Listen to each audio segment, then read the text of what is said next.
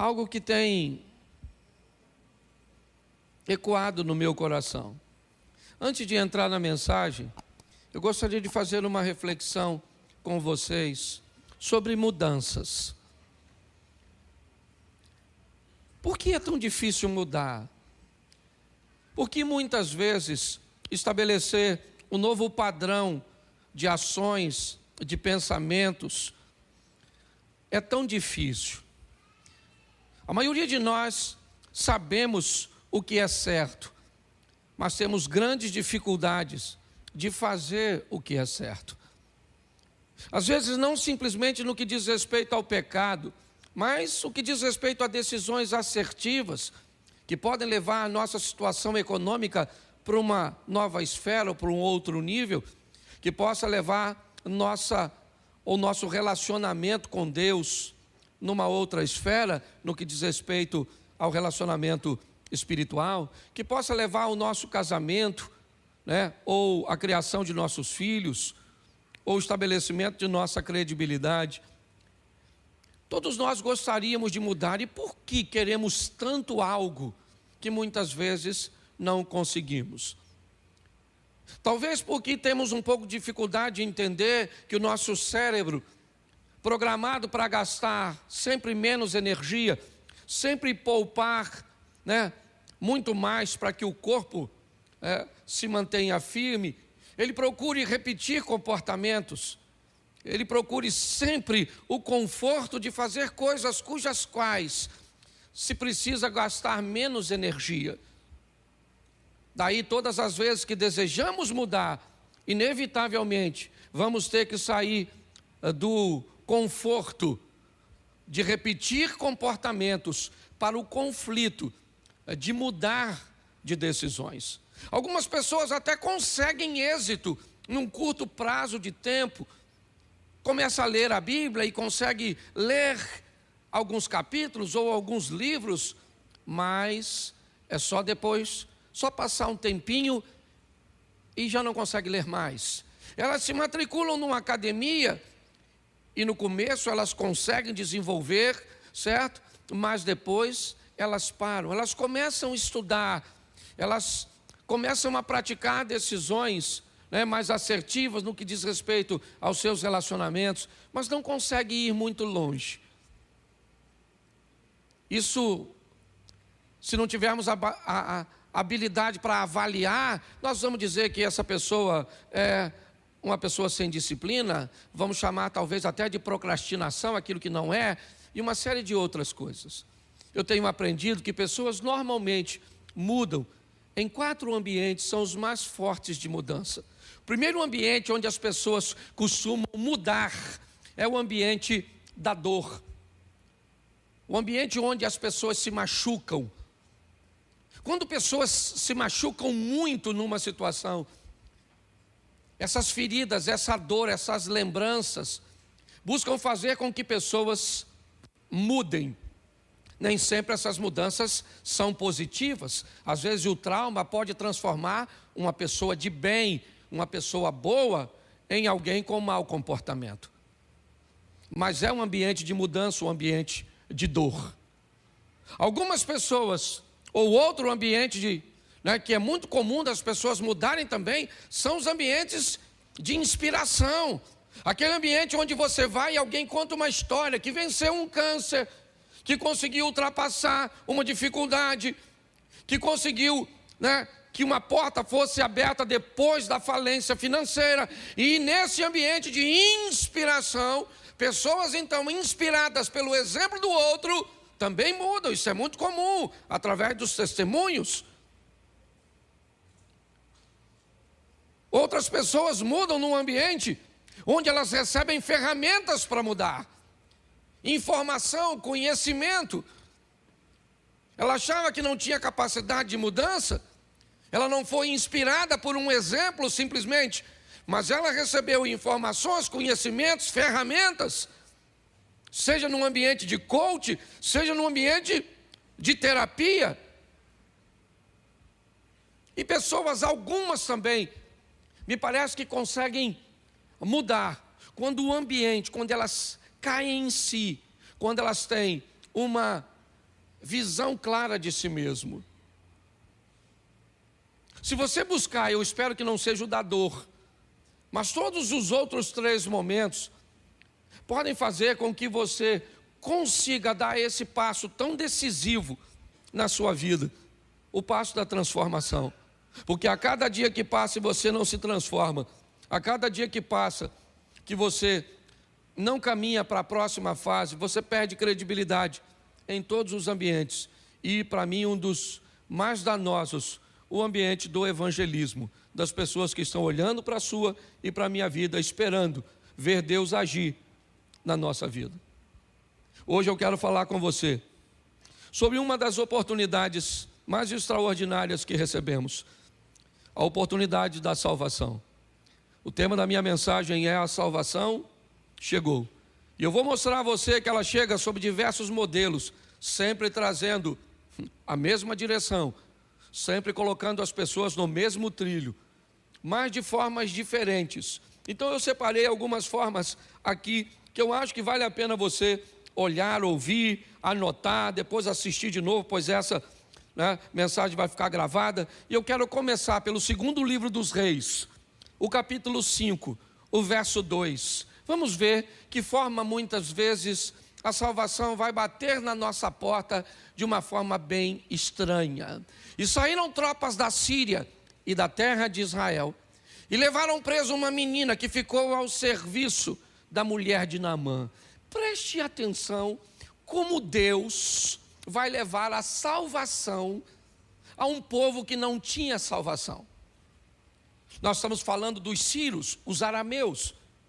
Nós estamos falando de um povo que não foi o povo escolhido, é verdade.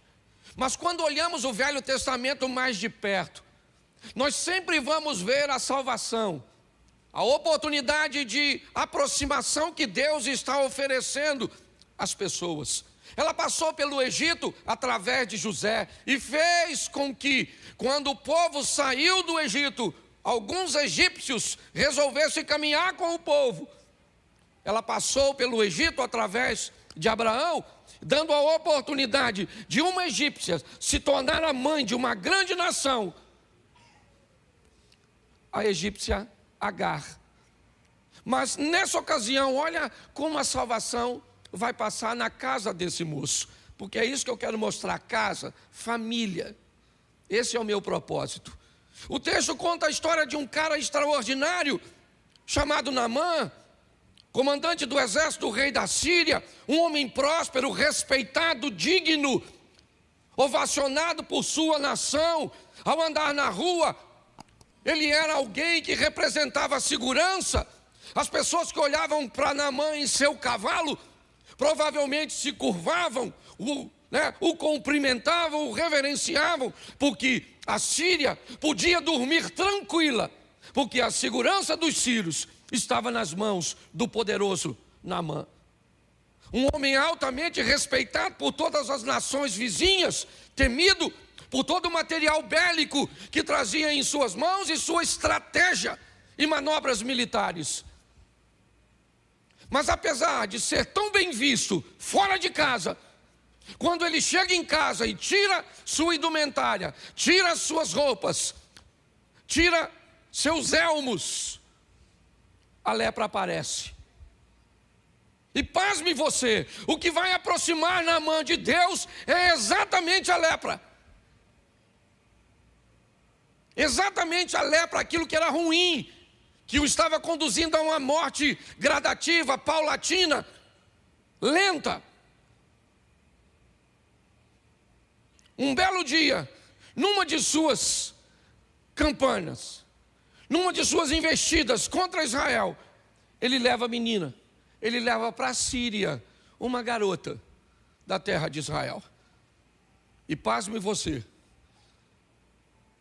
a salvação poderia entrar na casa de Naamã por quem ele é, por um profeta respeitado, por um rei fervoroso, por alguém, por um sacerdote.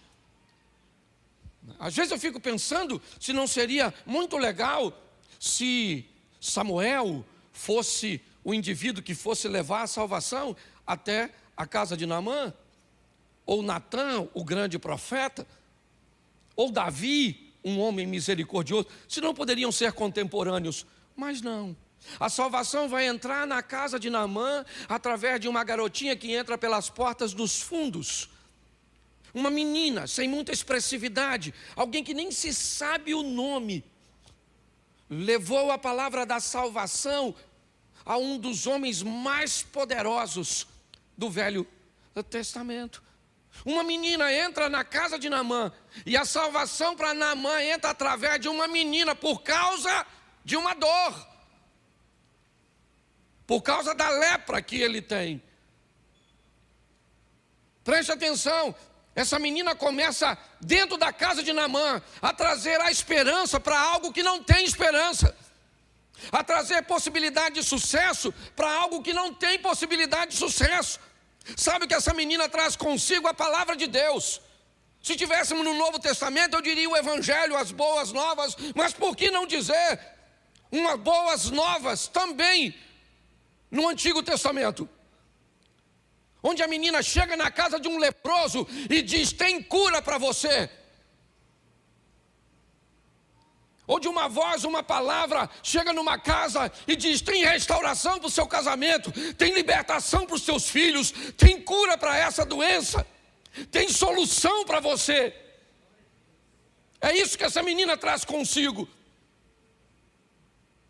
Naamã está em busca de quê? De ser salvo, de ir para o céu? É lógico que não. Na sua cultura não é assim que funciona. Por que você acha que ele leva presentes? Quase 350 quilos de prata, quase 75 quilos de ouro. Por que é que você acha que o rei, provavelmente Ben-Hadad, manda Naamã levar tudo isso para dar de presente? Provavelmente para Jotão, o rei.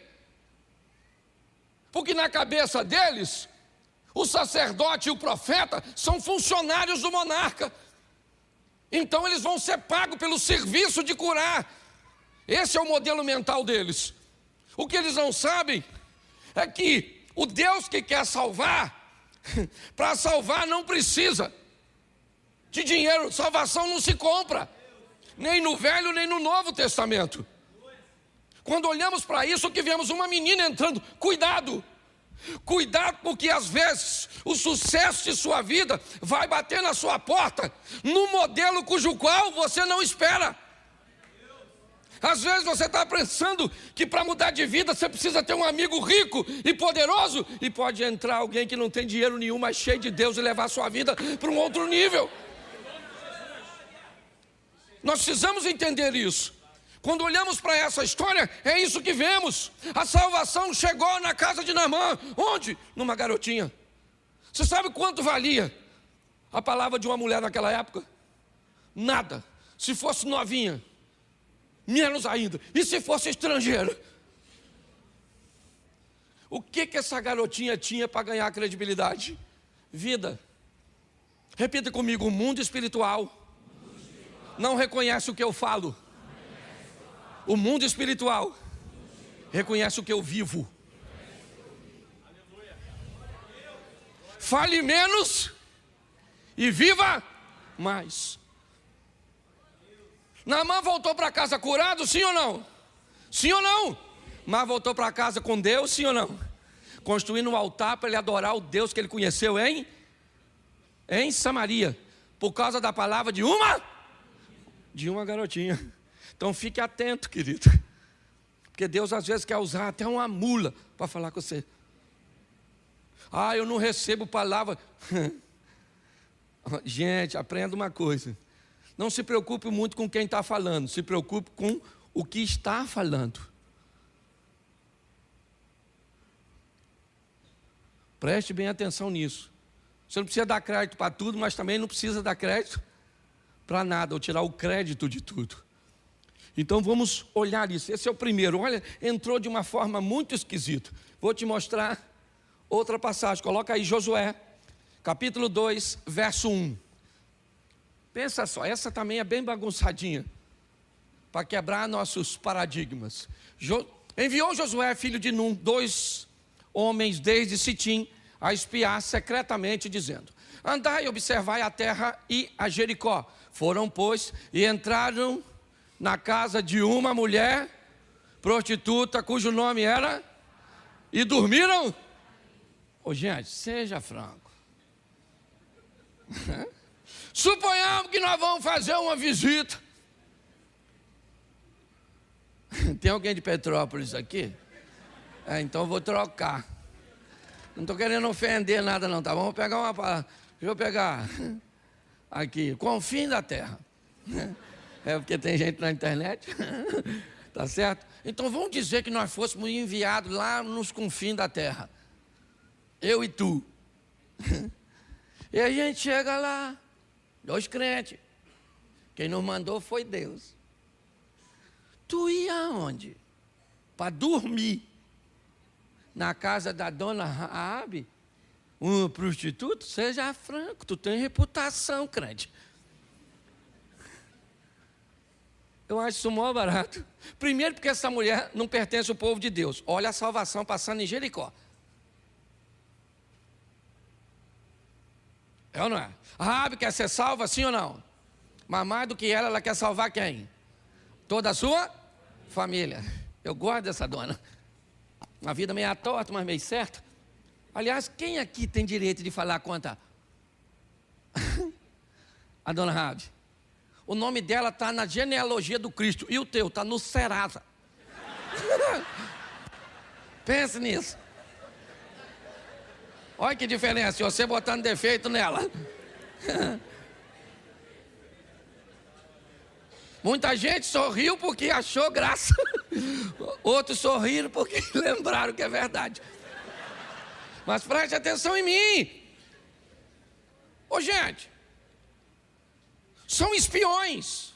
Quem são aqueles 2 espias? Eles são a oportunidade de Raabe segurar, a salvar. É isso. Isso é a salvação passando em 2 possíveis clientes que entram na casa de uma prosti para levar a salvação. Às vezes, ela vai vir num modelo bem esquisito para nós, extremamente perigoso. Raabe põe sua vida física em risco para conseguir o direito de receber também a espiritual. Ela disse: eu quero a garantia de que eu e a minha família. E sabe o que os homens disseram? Então nós vamos fazer um acordo. Se você nos recebeu aqui nessa casa, olha só, olha bem, a salvação entrou na casa de Naamã através de uma menina e entra na casa da prostituta Raabe com 2 espias. E os espias dizem para ela: quando nós invadirmos Jericó, todos os seus familiares devem estar dessa porta para dentro e porta fechada. Nós não damos garantia nenhuma do que vai acontecer lá fora. É o mesmo processo que acontece o tempo inteiro. Se formos usar a arca de Noé como exemplo, é isso aí. Fecha o que está aqui dentro, está seguro, o que está lá fora está em jogo. Certo? O sangue cobriu, fechou. Quem está fora do sangue está fora. É assim que funciona. É sempre a salvação tentando nos alcançar. E aqui, passando por Jericó. É assim que funciona. Ok? Deixa eu usar o terceiro, porque esse culto é mais curtinho, eu não tenho tempo de falar muito de um só. Depois, se você quiser escutar tudo, vai embora, porque também não cabe no final. Deixa quieto, vai embora, depois você assiste o outro. Tá bom? Vamos dar uma olhada agora no Novo Testamento, já que eu citei 2 exemplos do Velho. O primeiro foi o exemplo de quem? De quem? E o segundo foi de quem? Isso. Um leproso e uma? Só gente boa, maluco. Dá uma olhada no terceiro. Esse terceiro aqui é maneiro. Lucas 19:9. Dá uma olhada na estirpe do indivíduo. Disse-lhe Jesus: hoje veio a salvação a esta. Isso, a salvação já veio à casa do leproso. Já foi à casa da prosti. Agora vai à casa do ladrão. É um cobrador de impostos que tinha, um camarada da Receita Federal Romana. o tal do Zaqueu. Pequenininho, mas de olho grande. Isso aí. Depois você lê, está lá no Lucas 19, não sou obrigado a ler tudo. Jesus foi na casa desse cara. E sabe por que foi? Você sabe quem ajudou? Olha que coisa louca. Sabe quem ajudou Zaqueu ter um encontro com Jesus? Quem foi? Uma árvore, gente. Parme você. Uma árvore. Porque às vezes quem te ajudou a ouvir a palavra foi um rádio, uma televisão, um celular. É só mudar, adaptar. O Zaqueu não podia ver Jesus, mas ele estava interessadíssimo. Porque ele provavelmente queria saber quem é aquele homem que não era rico, mas era famosérrimo. E o Zaqueu sobe numa árvore e fica olhando. Sim ou não? Sim ou não? Então, presta atenção. Assim como a lepra, certo? Foi para Naamã, através da garotinha, um instrumento de transformação. Os espias foram para Raabe. E agora a árvore vai ser para Zaqueu, porque a forma que Deus vai te alcançar, ela pode ser totalmente oposta, estranha para muita gente. Esses dias eu estava fazendo um evento num teatro, num shopping em São Paulo. E o camarada tinha ido levar a esposa para fazer uma consulta, me parece, lá. Enquanto a esposa estava na consulta, né, no prédio do shopping, ele resolveu dar uma volta no shopping. Passou em frente ao teatro. Tinha uma fila grande para entrar. Ele foi lá e perguntou que filha era aquela, o que estava acontecendo. Alguém falou, vai ter um culto. E o cara que estava na fila falou assim, ó, e é de graça, é culto. Ele falou, então não estou com tempo livre mesmo, não tem nada para fazer. Se eu sou Deus, eu falo, então não entra. Assim não serve. Poxa, tinha que ser com propósito. Não, Deus falou, deixa ele. Ele entrou, sentou, o louvor cantou, eu preguei, no final ele levantou a mão e entrou só porque estava sem tempo. E Jesus deu logo uma mãozada nele. E o diabo ficou chupando o dedo. Então, cuidado com os modelos. Você está aqui, Deus está aqui, amém? E Ele quer falar com você. Como? Do jeito que Ele quiser. Às vezes não vai falar no culto todo. Na hora que você for embora, alguém te dá um abraço e Deus fala, olha eu aí te abraçando. E eu preguei aqui, o louvor cantou, todo mundo fez isso. E você nem escutou nada. Aí lá fora, num bracinho, você fala, nossa, eu já amei esse culto. Aí eu te pergunto, o que você mais gostou, a palavra? Eu falo, não, um abraço. De quem? Eu falo, não sei nem de quem é. De um desconhecido. Porque ele fala com você do jeito que ele... Aqui, ele usa uma árvore para dar condições ao pequenino Zaqueu de enxergar Jesus. E Jesus diz para ele, hoje me convém ir para a sua... Olha Jesus indo para casa. Olha que maravilha. Sempre casa. A casa da Raabe, a casa do... né? Na casa do Naamã e agora na casa do... Isso aí. Já vai ser na sua casa, quer ver? Isso, presta atenção, Atos dos Apóstolos 16:31. Esse também é outro perturbadinho, coitado. Esse aqui queria suicidar. Turma do suicídio. O apóstolo Paulo, essa é uma história maneira do capítulo 16, uma parte do capítulo, vou narrar para você rapidinho. O apóstolo Paulo estava lá mandando a palavra, no início estava entrando em Macedônia, Filipos, por ali, certo? E estava lá ele pregando a palavra de Deus, e o povo estava lá, maneiro, mas tinha uma dona lá, uma menina que adivinhava as coisas, uma vidente lá, ó. Adivinhava as coisas e tinha os caras que ganhavam dinheiro com ela, porque montaram uma estrutura para ela adivinhar. Então os caras, entravam no dinheiro com adivinhação. E Paulo está lá pregando.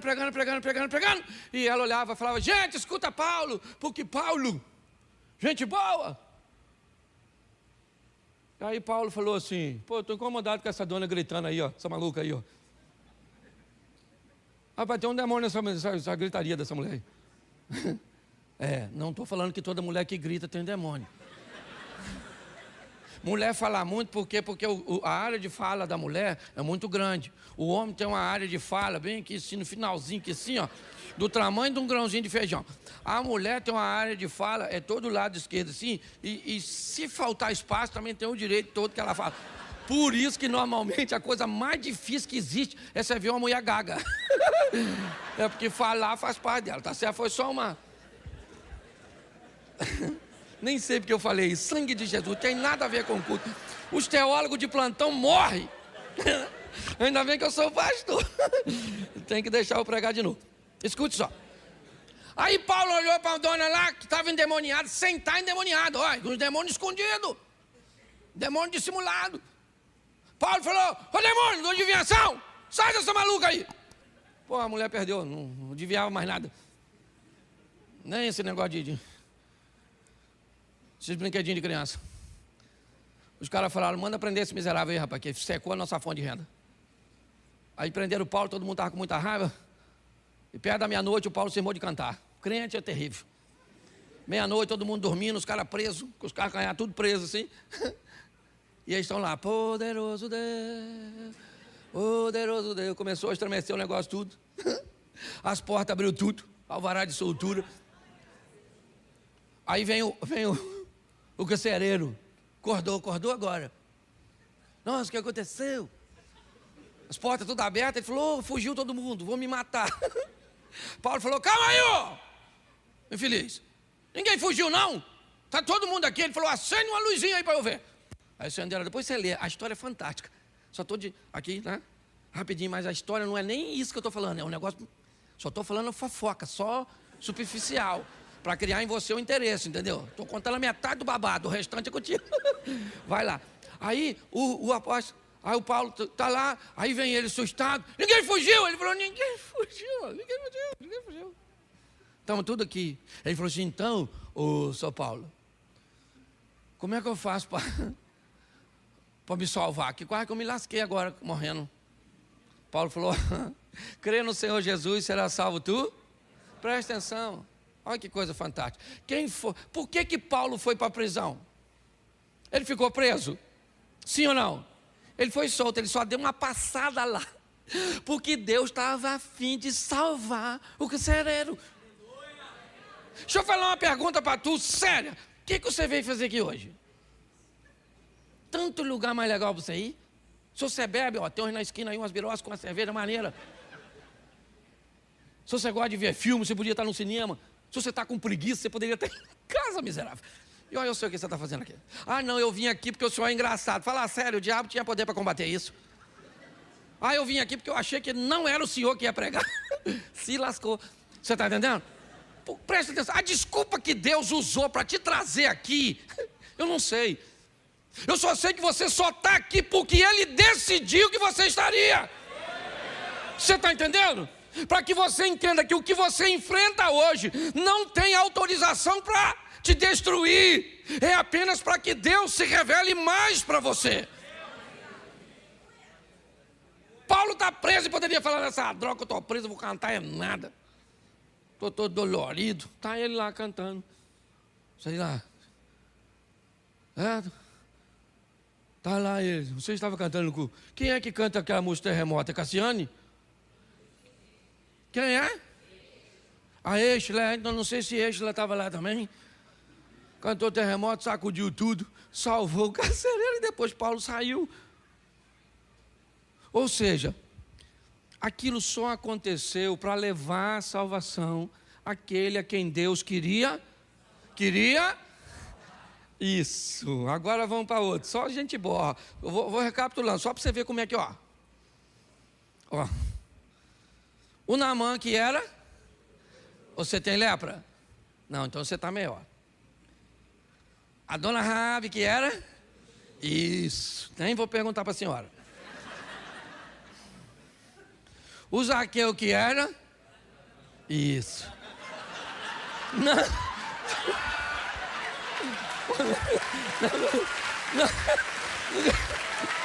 Pô, agora foi vacina, ó.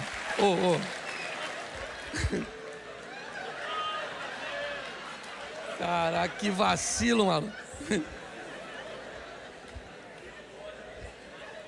O carcereiro... Vamos agora, só gente boa, tá bom? Vamos agora, Marcos 5,19. Marcos 5,19. Esquece o negócio de política, acabou, ok? 5,19. Sangue de Jesus. Jesus, porém, não lhe permitiu, mas vai para tua casa, rapaz. Eu gosto dessa aí.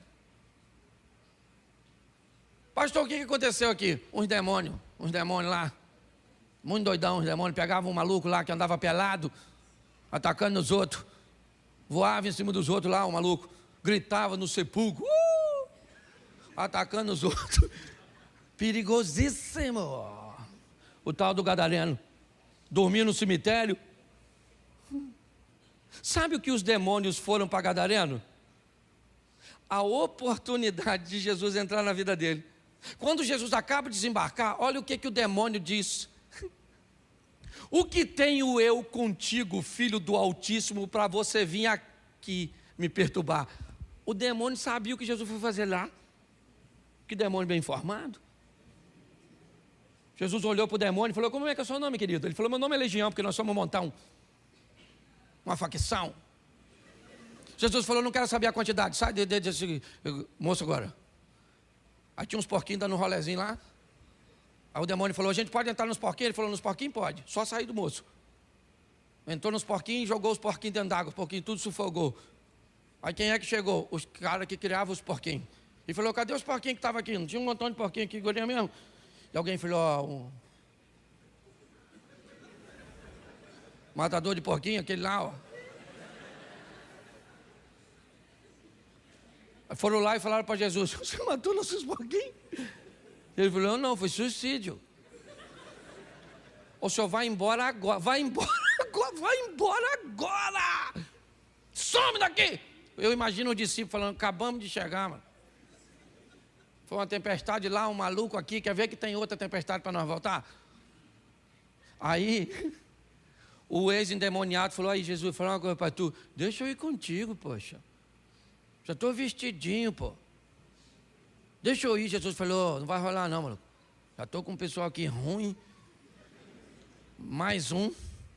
Fala o seguinte: vai para a tua casa, vai para os teus e mostra. Não é fala, mostra. Vai, deixa eu ver como é que está essa tradução. Vai, anuncia-lhes. Vai, mostra para eles, com o seu estilo de vida, com o que eu fiz por você, quão grandes coisas fez o Senhor por ti e como teve misericórdia. Pronto, a salvação chegou para o endemoniado. Nas 10 cidades pagãs, lá do leste do mar da Galileia. Dá para você entender isso? Você volta um pouquinho, Atos dos Apóstolos. Um carcereiro sendo salvo. Quer ir um pouquinho? O ladrão da árvore, o Zaqueu. Você quer voltar um pouquinho? A prostituta. Você quer ir mais um pouquinho? O Ciro. Me ajude, por favor. Leproso, Naamã. E hoje, pastor? Bom, hoje não tem Naamã, hoje não tem Raabe, hoje não tem Zaqueu, hoje não tem o carcereiro, não tem o gadareno. Quem tem aqui hoje é você. Porque finalmente a história chegou até você, para te dar uma oportunidade de tomar uma decisão que pode mudar a sua vida para sempre. Mas pastor, com a minha vida toda torta, está pior que a do leproso? Está pior que a dona aqui, da mulher peixe? Está pior? Hã? Está pior? Não está pior. Entendeu? Então, escute só. Eu gosto da igreja que eles vão entendendo devagarzinho. A gente fala, e eu já faço de propósito, que é exatamente para fazer você raciocinar. Não estou falando palavrão, não. Meu propósito aqui é fazer com que você entenda que sua mente é como um paraquedas. Para funcionar, tem que abrir. Para que você consiga ver o que Deus fez, faz e fará por sua vida, por sua casa, por sua família, pelos seus negócios. Ah, pastor, mas você não é a melhor opção. Por isso que a Bíblia diz que você não escolheu ele, foi ele que escolheu. Eu não era a única opção. E nem a melhor opção que ele tinha. Ele tinha gente muito melhor do que eu, muito melhor do que você. Mas aprove ele escolher eu e você e pronto. Quem não gostar, reclama na administração. Não, não, não, não.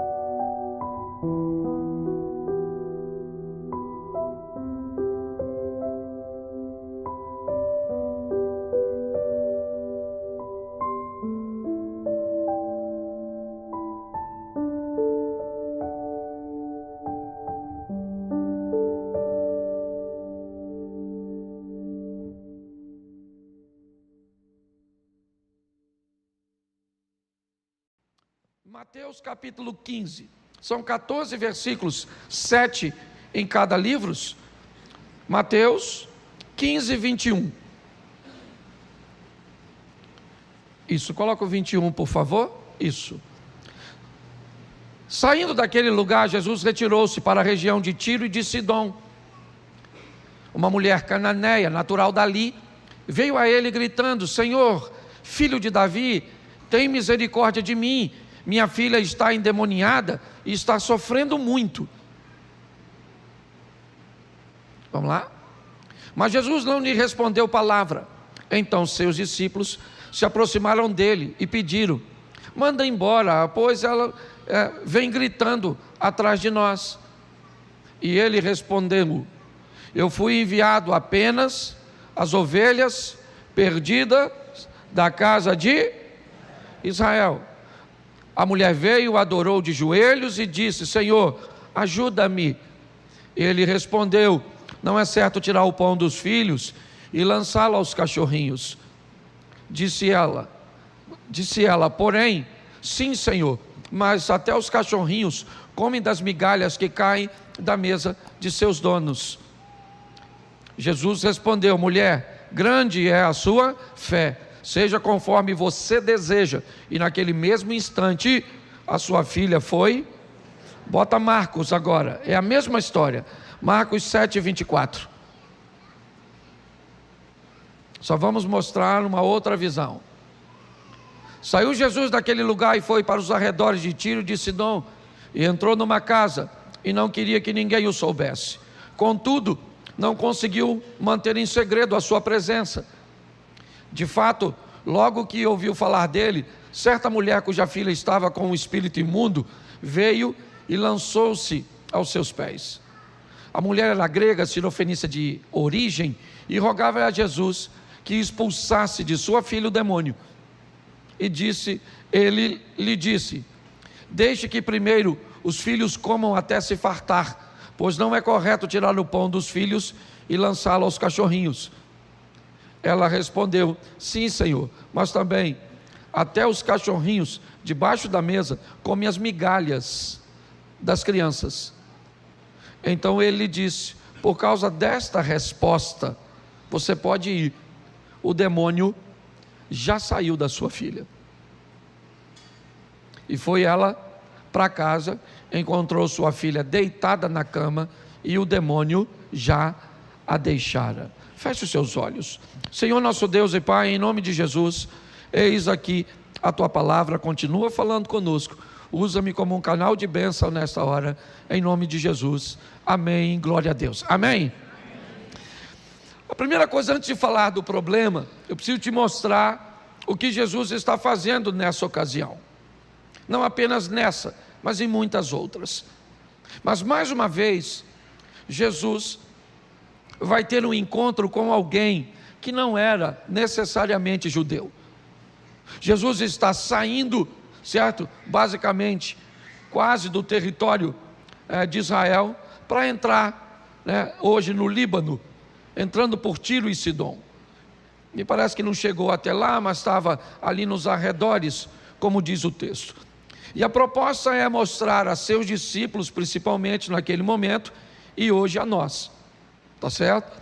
O que Jesus queria mostrar aos seus discípulos naquele momento, tendo um encontro com uma mulher cananeia, com uma mulher que no modelo mental de seus discípulos não deveria acessar a graça, não deveria ter acesso aos poderes de Deus, à misericórdia de Deus.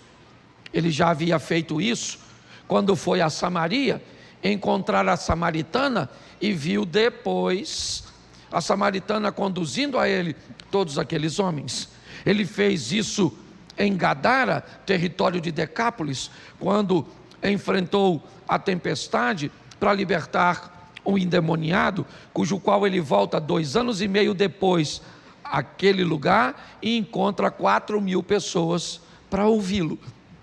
Agora Jesus está tendo um encontro mais uma vez com uma estrangeira, com alguém cujo qual os discípulos não acreditariam que estariam prontas para receber a palavra da salvação. Em primeiro lugar, para os discípulos, Jesus está dizendo: olha, o que eu estou oferecendo a vocês vai romper as barreiras dos judeus. O que eu estou oferecendo a vocês, ele vai chegar aos gentios, aos não judeus. Vocês precisam estar preparados para pregar o evangelho a Cornélio, para entrar em casa de procônsul, para conversar com Herodes, com César ou com qualquer outra autoridade, seja ela judia, seja ela romana, seja ela grega, seja ela quem for. Essa mensagem hoje reverbera para nós do mesmo jeito. Não há ninguém que não mereça receber o evangelho. Não interessa o que a pessoa esteja fazendo no momento, ok? Talvez no momento em que ela vai estar recebendo a palavra, ela esteja com uma vida que não esteja dentro dos padrões.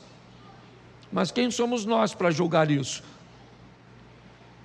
Jesus está conversando com a mulher e nitidamente nós vamos ver isso durante a conversa. Na verdade, me parece que ele está querendo dar uma grande lição nos seus discípulos. Então eu vou dizer uma coisa para você, o que digo para mim todas as vezes que encontro alguém que está muito longe dos padrões. Quem sou eu para julgar padrões?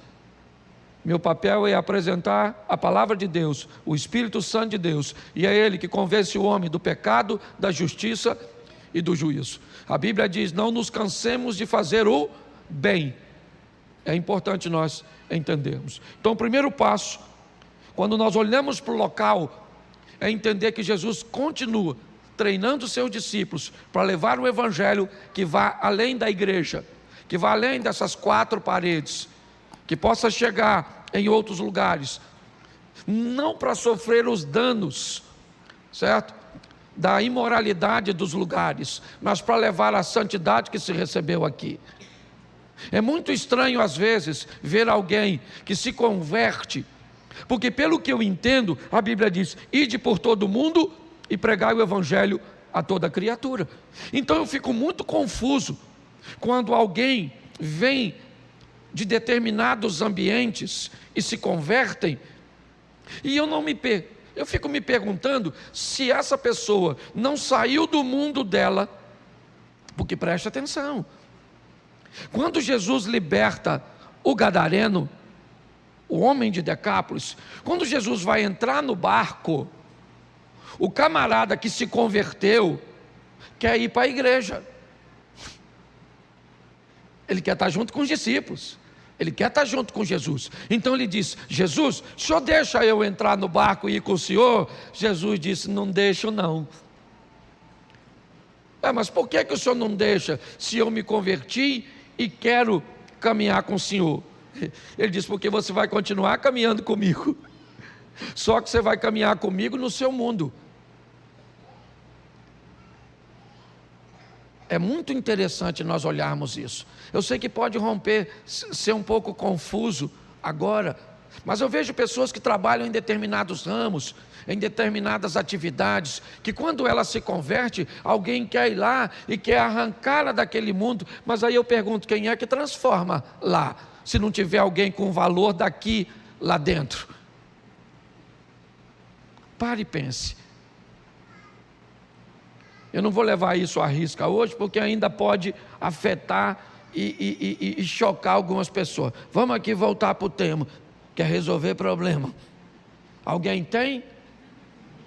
Foi pouca gente, hein? Acho que Deus me deu a mensagem errada. Presta atenção. Como resolver problemas foi o que me saltou os olhos quando li esse texto. Primeira coisa que eu preciso saber é que problema eu tenho.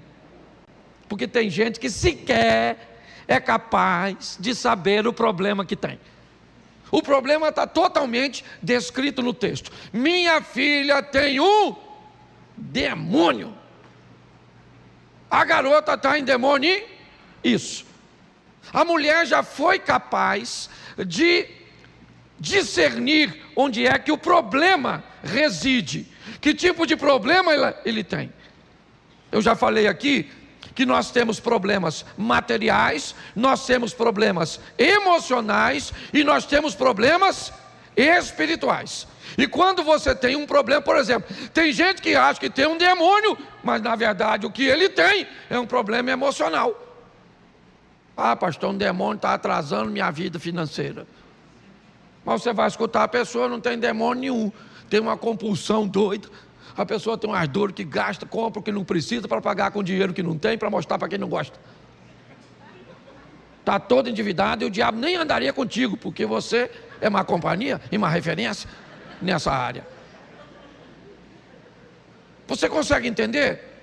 Tem gente que acha, ou na verdade tem um problema material, mas acha que o problema é espiritual.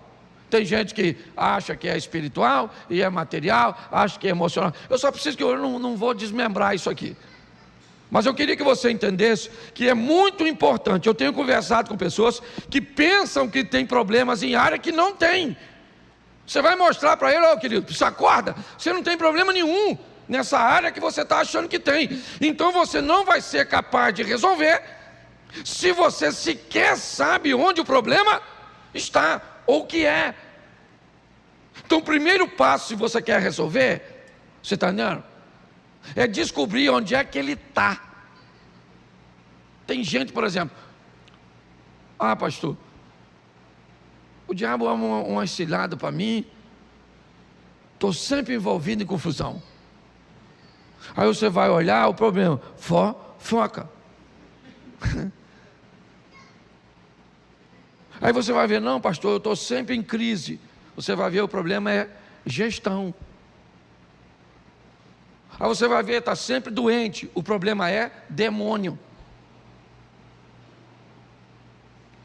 Nós precisamos entender que se queremos resolver os problemas, precisamos primeiro saber onde é que ele está, o que ele é, qual é o seu problema de verdade. Está assim de gente que não resolve simplesmente porque sequer é capaz de identificar onde ele está. Ah, você já viu gente forte com preguiça? Você já viu gente fraca, sem força? Não. Quando nós decidimos resolver as coisas, nós precisamos buscar uma visão clara. Onde está? Ela sai de casa, é verdade, sabendo que deixou em casa um problema.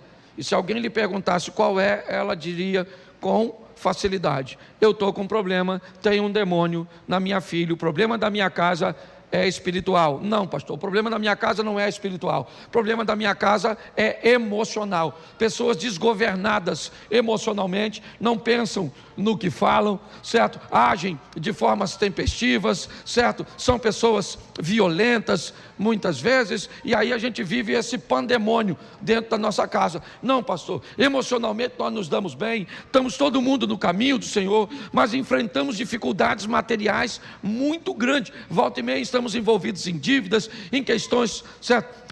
Não conseguimos parar em emprego nenhum. Então você vai tendo que, primeiro, descobrir onde é que o problema está. É isso.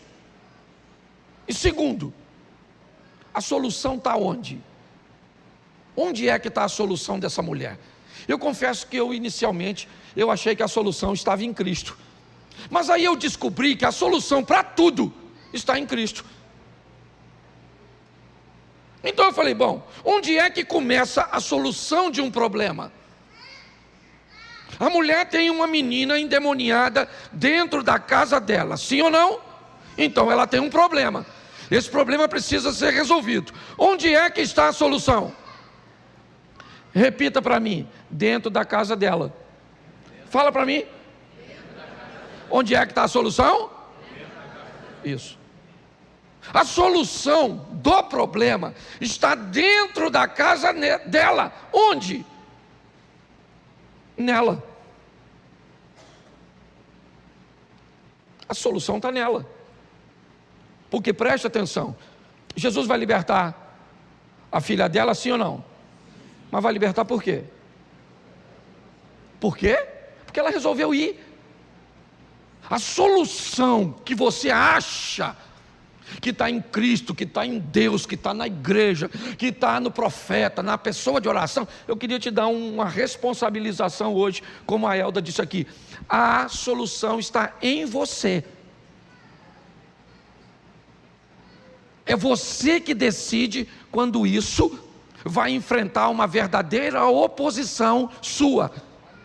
É você que decide quando você vai colocar em prática, certo? Decisões, vai sustentar comportamentos. Eles não vão ser transitórios, não vão ser temporários, porque você deseja alcançar. A solução está dentro da casa dela.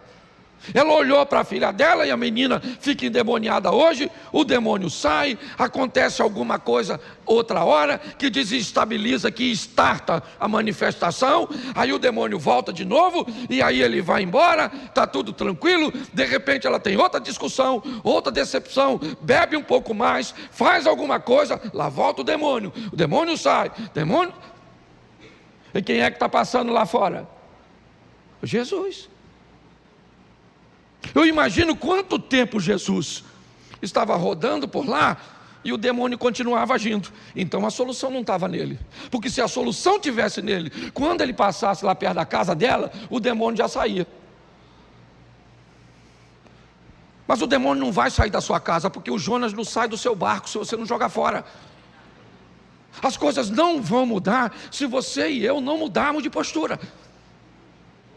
A solução estava nela. Então ela sabia o problema que tinha.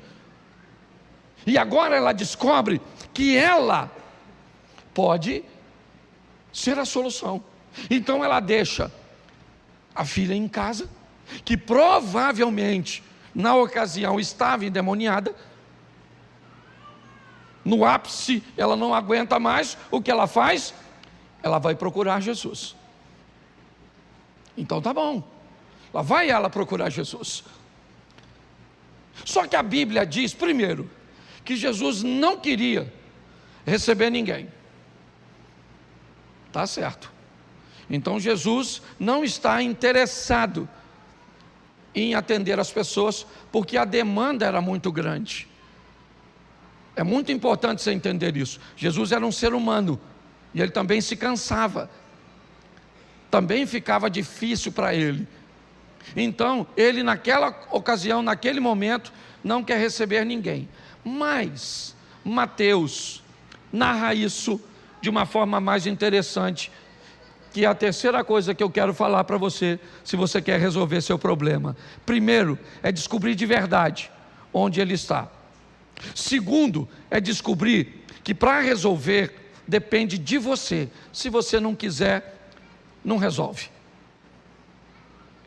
Você vai estar aqui na igreja, Jesus vai estar na igreja, o Espírito Santo vai estar na igreja, o poder vai estar na igreja, e você vai sair todos os cultos da igreja, sem acontecer nada na sua vida. E aprenda uma coisa, e é isso que nós vamos ver agora, preste atenção. A mulher diz a Jesus: tem misericórdia de mim. Isso funcionou para Bartimeu, filho de Davi. Tende misericórdia de mim. Funcionou ou não funcionou para ele? Sim. Funcionou para ela? Não. Jesus não parou, não respondeu nada. Ela vem gritando, os discípulos chamaram Jesus e disse: Jesus, vou falar uma coisa para o senhor, essa mulher vem gritando atrás da gente, despede aí, por favor. Jesus falou: não vou fazer nada. Mas isso funcionou para o centurião. Quando o centurião precisava da cura do filho, os discípulos foram até Jesus e disseram: olha, tem um cara aqui, gente boa e tal. Jesus falou: não, então vamos resolver o problema dele. Resolveu dela, sim ou não? Não. Então ela usa o mesmo modelo de Bartimeu e não dá certo.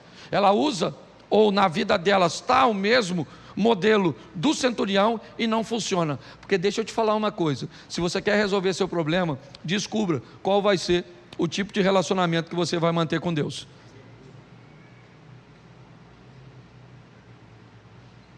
Talvez você ainda não conseguiu resolver simplesmente porque você está querendo seguir padrões que não são seus.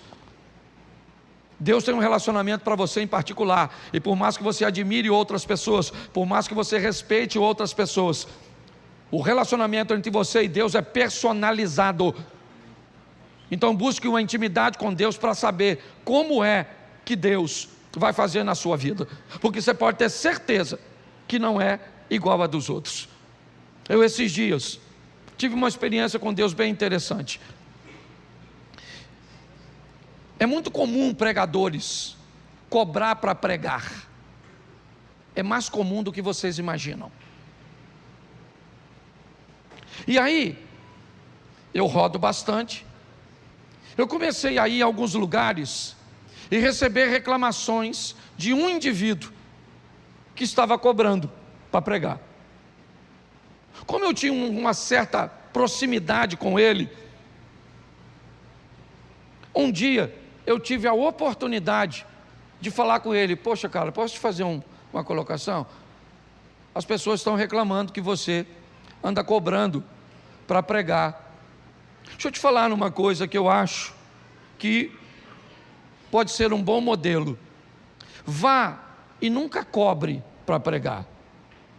Se a igreja não tratar com a honra que você acha que deve ser tratado, não volte. Porque se você for na igreja e não tiver um desempenho que agrade a igreja não te convida de novo. Então você está usando a mesma medida. Ele não gostou, obviamente que não gostou, e eu também não estava esperando que ele gostasse não. Mas pelo menos achei que fiz a minha parte. Saí. Um tempo depois, nitidamente, eu senti Deus falar no meu coração: não devia ter feito. Porque você está usando o seu modelo que não precisa cobrar para colocar sobre o outro. O seu modelo não é o do outro. Se ele for em lugar e não cobrar, ninguém dá nada para ele. Então não pegue o modelo do outro e enfie na sua vida. O modelo do meu casamento não serve para o seu. O modelo das minhas finanças não necessariamente serve para você. Você precisa descobrir o modelo cujo qual você vai se relacionar com Deus, até para resolver seus problemas. É assim que funciona. Eu tenho o meu modelo para lidar com Deus. Eu nunca pedi a Deus dinheiro. Eu sempre apresentei a Deus o que eu quero fazer. E quando eu apresento a Deus o que eu quero fazer, se Ele valida, Ele manda o recurso. Mas é o meu modelo, não é o seu. Comigo é assim: Senhor, gostaria de fazer isso, gostaria de dar isso para fulano, gostaria de construir isso, gostaria de fazer aquilo outro. Se o Senhor estiver de acordo, o Senhor tem como mandar a verba? Se Ele estiver de acordo, a verba vem. Agora todo mundo vai trabalhar nesse modelo?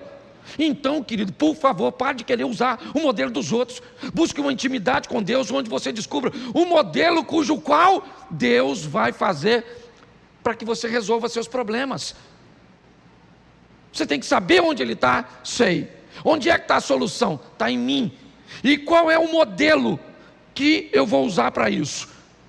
Ele vai te mostrar. É desse jeito que funciona. Se nós não estivermos, condicionados a isso, nós vamos ter problemas. Mas agora vem a pior parte da mensagem.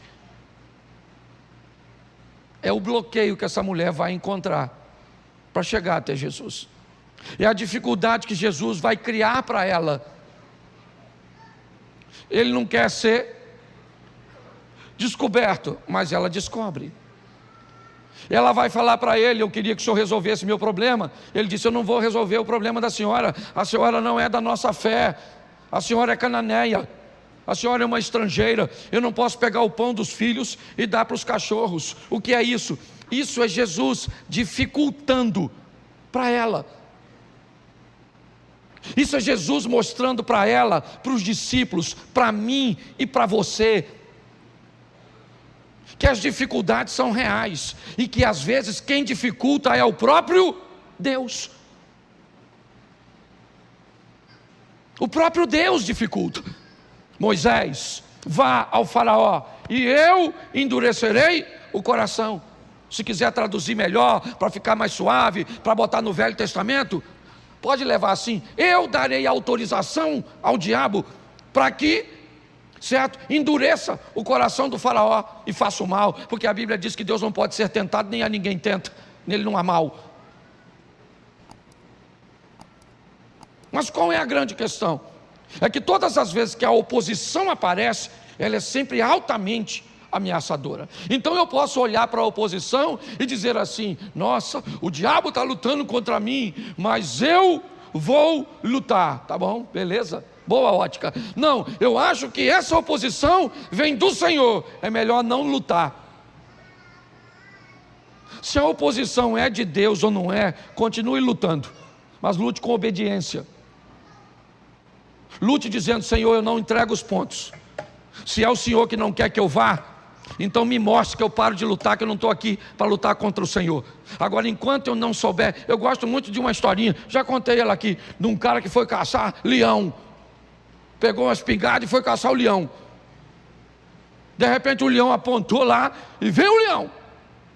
Ele pegou a espingarda, apertou o gatilho, a espingarda mascou.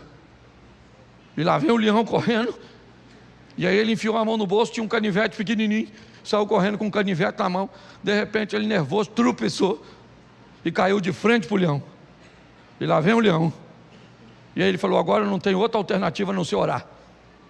Falou: Senhor meu Deus e Pai, se o Senhor estiver torcendo para o leão, o Senhor faz com que esse leão me coma numa bocada só.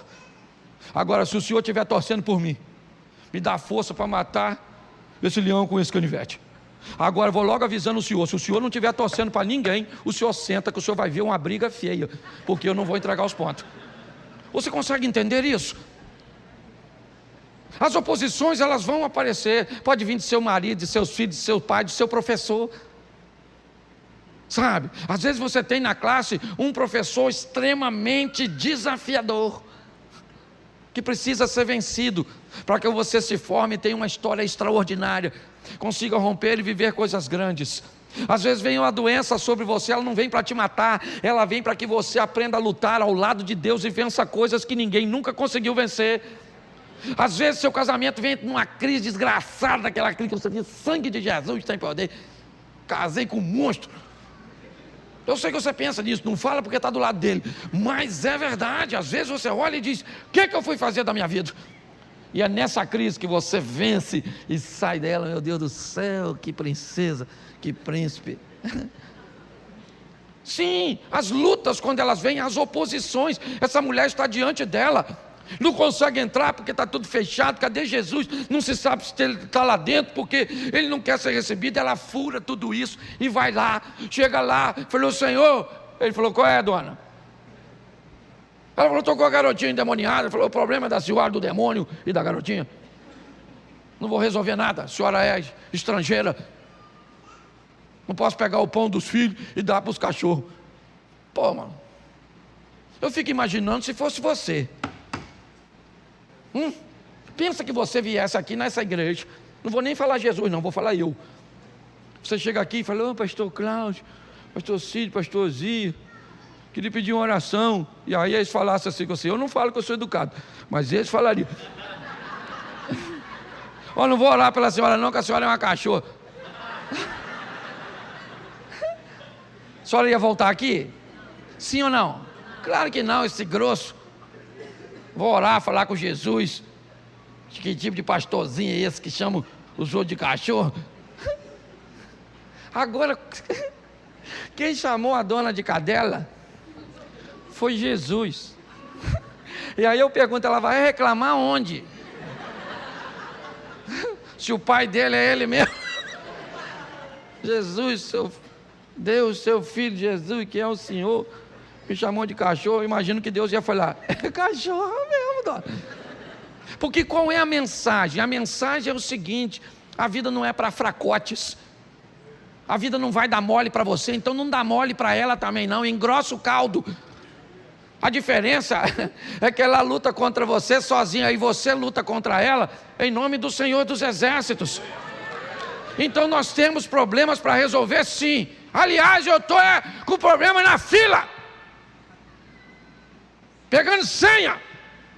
Acaba um, já vem outro. Agora eu vou tomar um café. Outro problema. E o que eu vou fazer? Resolver, meu filho. Vamos lutar, mas se você não entender isso, se você não sabe, não tem. O que eu vou fazer? Todas as minhas estratégias de guerra, elas estão sendo desmontadas. O que está acontecendo? Aí alguém diz assim, ou ele diz: eu tenho um espião aqui no meio do meu exército, vamos caçar o espião. Não funcionou. Aí um homem diz: majestade, o senhor não tem um espião aqui, tenha um camarada lá, que tudo que o senhor planeja fazer aqui, Deus fala com ele lá.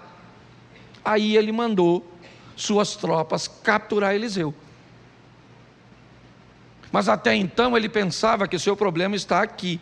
E sabe qual é a grande questão do problema? É ele estar num lugar onde você não quer ver. O maior problema é quando ele está numa área sua que você não está interessado em mudança, que você não está interessado em enxergar. Por isso que a solução está em você. Tem problemas na minha vida que eles não vão resolver se eu não mudar, porque estão em mim. Para mudar, vão gerar algum nível de desconforto, algum nível de conflito. Então, às vezes, a dificuldade de mudar é tão grande que eu tomei a opção de ficar resolvendo conflitos leves, porque nem sempre os conflitos são pesados demais. Às vezes, a dor da mudança, o desconforto da mudança, o desconforto do confronto com você mesmo, ele é tão pesado que você opta por ficar com os conflitos menores. Então você vai tolerando os conflitos menores, que acontecem de forma corriqueira, né? Com intervalos às vezes que são suportáveis, porque você não quer ter um encontro com você mesmo, para deixar esse hábito, para adquirir este hábito, para abandonar este relacionamento, para tomar essa nova postura. Não, é melhor ficar confuso. Aliás, é melhor levar para o ambiente abstrato. Para que dizer que seu problema é financeiro e de gestão? É melhor culpar o devorador. Para que dizer que você é linguarudo, que você é descontrolado emocionalmente? É melhor botar a culpa no diabo. Porque se você descobrir que o diabo não está nem aí para a sua vida, que ele já descobriu que você é capaz de se implodir sozinho, vai te ferir demais. Por isso que a solução, eu volto a dizer, estava dentro de casa, estava nela. Ela conviveu com o demônio durante muito tempo dentro de casa, enquanto Jesus estava passando fora de casa. O dia que ela, dentro de casa, descobriu que Jesus, fora da casa dela, não faria nada por ela, ela foi lá fora, enfrentou todas as adversidades, rompeu com seus paradigmas, ouviu coisa que não gostaria de ouvir, engoliu sapo que não gostaria de engolir, mas sabe o que aconteceu? Ela voltou para casa com a vitória que queria na mão. O próprio Jesus disse isso. Eu gosto desse texto porque é um dos únicos textos onde Jesus não repreende o demônio. Ele não mandou o demônio sair da menina. Ele disse: por esta palavra, por sua postura, por sua decisão, por aquilo que você decidiu fazer dentro da sua casa e manteve sustentável. Porque ainda tem isso, nós saímos da igreja com vontade de fazer alguma coisa, com vontade de orar, com vontade de ler a Bíblia, com vontade de não responder mais os pais, com vontade de estudar, com vontade de emagrecer, com vontade de fazer isso, de fazer aquilo. Mas a pergunta é: até quando dura a sua vontade? Qual é a oposição que tem que estar à sua frente? Você viu o demônio entrando na frente dessa mulher para impedi-la de chegar a Jesus? Não. O que você vê é Jesus dizendo aos discípulos: eu não quero atender ninguém, não deixa ninguém saber que eu estou aqui não, que eu quero descansar um pouco. Quem criou a oposição foi Cristo. Ela fura a oposição e chega na presença dele. Ele diz: não vou fazer nada para a senhora. Mateus diz que os discípulos ficam com pena dela. Os discípulos ficaram com pena e diz: Senhor, despede essa moça, porque ela vinha dizendo: tem misericórdia, minha filha está endemoniada na minha casa. Os discípulos sabiam que não era qualquer um que podia resolver. A mulher não está pedindo R$100 para pagar uma conta. A mulher não está pedindo um botijão de gás.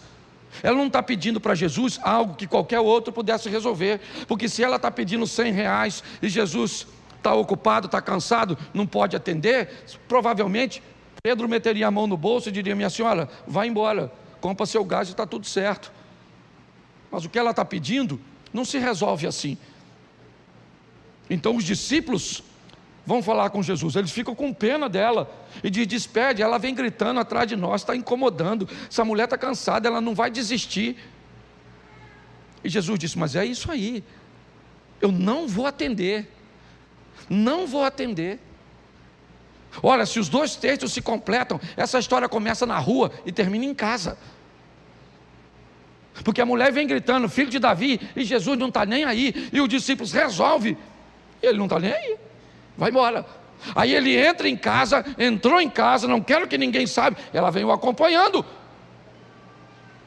ela fura o bloqueio, entra, provavelmente, talvez até os próprios discípulos facilitaram, permitiram que ela entrasse, devido o que eles estavam vendo. E agora sim, as duas histórias se unem. Agora sim, não no meio da rua, mas agora Jesus diz: eu não posso pegar o pão dos filhos e dar para os cachorros. Ele já tinha falado isso com o discípulo lá fora.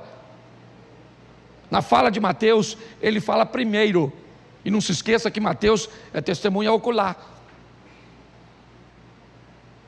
Primeiro ele fala com os discípulos: eu não vou fazer nada por ela, porque ela é estrangeira, não vou fazer.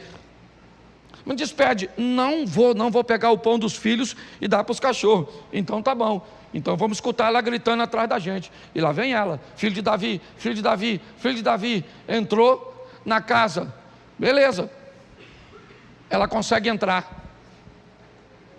Aí os discípulos devem ter pensado: bom, ele falou conosco que ela era uma cachorra, um cão, melhor dizendo, né? A palavra cachorra, nossa, um cão, algo que era até fácil de ser entendido, apesar de ser ofensivo.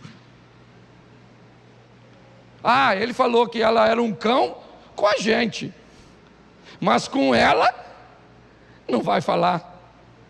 Ela falou: o senhor não pode libertar minha filha? Ele falou: eu não posso pegar o pão dos filhos e dar para os cachorros. Pronto, achou que eu não falava com ela? Está aqui, ó, cachorra. Sabe o que ele está dizendo para os discípulos? Dá uma olhada nesse tipo de mulher, meu irmão, seus mariquinhos. que vocês vão ver o que é modelo de gente que sai de casa com o intuito de resolver problema. Dá uma olhada em quem não desiste, quem está focado, e quem está pronto para resolver suas questões. A senhora é uma cadela, é isso aí, não vou resolver. Ela falou, beleza, só queria lembrar o senhor, que o cachorro, que o senhor está falando que eu sou, como debaixo da mesa as migalhas que caem dos filhos, que o senhor está chamando esses 12, Zé Ruela. Jesus falou, hã? Aí, dona, gostei da senhora, pode ir para sua casa agora, que o demônio já vazou. Quem expulsou o demônio, gente? Que demônio educado é esse que sai assim do nada? Quando a mulher disse para o mundo, para a vida, para onde você quer, eu não sei no que você acredita, mas quando ela bota no ar essa palavra diante de Jesus, o demônio falou, ai, Malu, essa mulher é louca.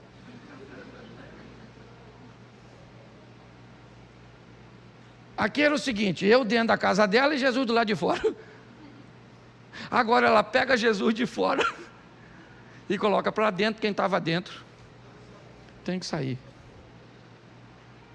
Descubra seu problema. Descubra que a solução do seu problema está onde? Em você.